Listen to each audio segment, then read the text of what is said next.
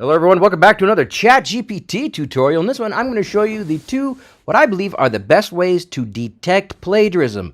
If you're an educator or a teacher and you want to see if somebody might be using some extra help, here's a way to do it. Here's two ways, in fact. And if you're a student, do your homework. You don't need to use this to cheat.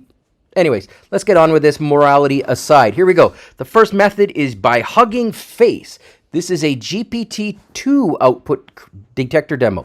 Please note that that says GPT-2 and that matters. So while I hit the button here, you're going to see that it gives me a real percentage of 3.44 and a fake probability of 96.56. There's no absolutes in this. So, busting somebody or getting busted is, there's still some wiggle room in there, but it did a very good job. That said, it's using the GPT-2 version, and right now ChatGPT is up to 3.5, so keep that in the back of your head. The second version, or the second tool I like to use, is GPT-0. This is a more recent tool, and this one was created by Edward Tian in Princeton. He's a student at Princeton University, and yeah, he created this, and it's pretty damn wild. It's going to run here at the top. What does it do? It checks for perplexity and it checks for burstiness. These are the two things that it looks for. Perplexity, as you can read here, is the randomness of the text. It's a measurement of how well a language model like ChatGPT can predict.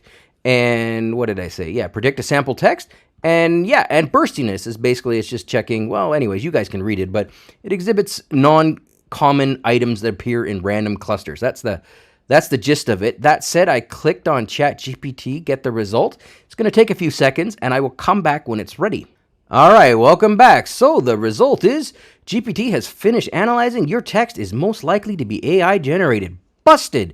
All right, guys. Again, there's no absolutes in this, and you can argue either way, but we did a full test on it. It gave us a score of 19.009, which doesn't mean a lot because who knows what that means on any X and Y graph. But note that it gives us a score right up to the end of this little line here, so it's about 96%, same as the Hugging Face GPT-2 detector. Thanks for watching.